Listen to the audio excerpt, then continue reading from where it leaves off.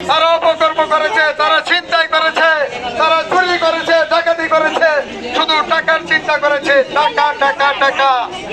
আপনাদের ভাগ্যের কোনো খোঁজখবর নেই নাই, আপনাদের পাশে কোনোদিন তারা আসে নাই, আসার চিন্তা করে নাই। কারণ কে? ওই চোরের দল, ওই হাসিনার দল, ওই খুনির দল। এই আজকে 5 আগস্টে আমাদের অনেক ছাত্র ভাই বোনদেরকে মেরে ফেলা হয়েছে। কার নির্দেশে? এই খুনি হাসিনার নির্দেশে। কথা ঠিক কিনা? আজকে দেখেন সেই চোর নাই, খুনি হাসিনা নাই। আজকে কে এসেছে? আমাদের নেতা তারেক রহমান এসেছে। ইনশাআল্লাহ আগামী দিনে অল্প কিছুদিনের ভিতরে উনি দেশের মাটিতে আসবে। সেই দিন আপনারা সবাই তার জন্য উদর আগ্রহে বসে আছেন। উনি আসলে দেশের নির্বাচন হবে।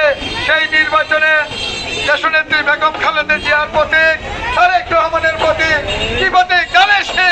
ধানের শীষে ভোট দিবেন। ধানের শীষে ভোট দিয়ে আগামী দিনে আমরা বাংলাদেশের বসনেতে জনাব তারেক রহমানকে বসাবো, তাকে প্রধানমন্ত্রী বানাবো। আপনাদের আমাদের ভাগ্যের উন্নয়ন হবে, এলাকার উন্নয়ন হবে, অনিয়ম থেকে এই দেশ স্বাধীন হবে। আমাদের পাশে আপনারা থাকবেন, আমরা আপনাদের পাশে থাকি, জীবনের শেষ দিন পর্যন্ত থাকবো। আমরা প্রত্যেকে জেল জুলুম অত্যাচারে ছিলাম, ঘরে থাকতে পারি নাই। আমাদের জেলে ভয় দেখাইতো, ভয় দিয়ে জেলখানায় ঢুকিয়ে দিয়েছে। প্রত্যেকটা লোকের শত শত মামলা ছিল। আজকে যে সমস্ত মা বোনরা এখানে দাঁড়িয়ে আছেন, আমার মনে হয় বিধবা ভাতা, বয়স্ক ভাতা আপনাদের কখনো জুড়ে নেই মনে হয় 16 বছরে। সেটা ইনশাল্লাহ আল্লাহ বাঁচায় রাখে।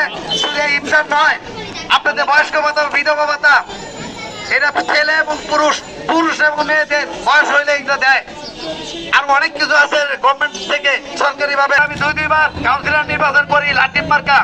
আমি বিমল বোর্ডে বিজয় হই, কিন্তু ঘোষণা দেয় আমাকে দ্বিতীয়। এবার আর দ্বিতীয় ঘোষণা দেওয়ার সুযোগ নাই। আপনারা এক ঐক্য আছেন। এবার আর শাসক শাসক নাই।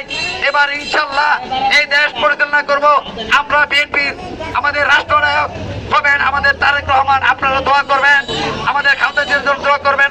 আমার দলের প্রতিষ্ঠাতা মেজর জিয়াউর রহমান এই দেশের যে ভিত, বর্তমানে যেই ভিতের উপর এই দেশ দাঁড়িয়ে আছে, গার্মেন্ট শিল্প এবং প্রবাসী, এই দুইটাই উনি প্রবর্তন করে গেছেন এবং উনি স্বনির্ভর বাংলাদেশের স্বপ্ন দেখেছিলেন।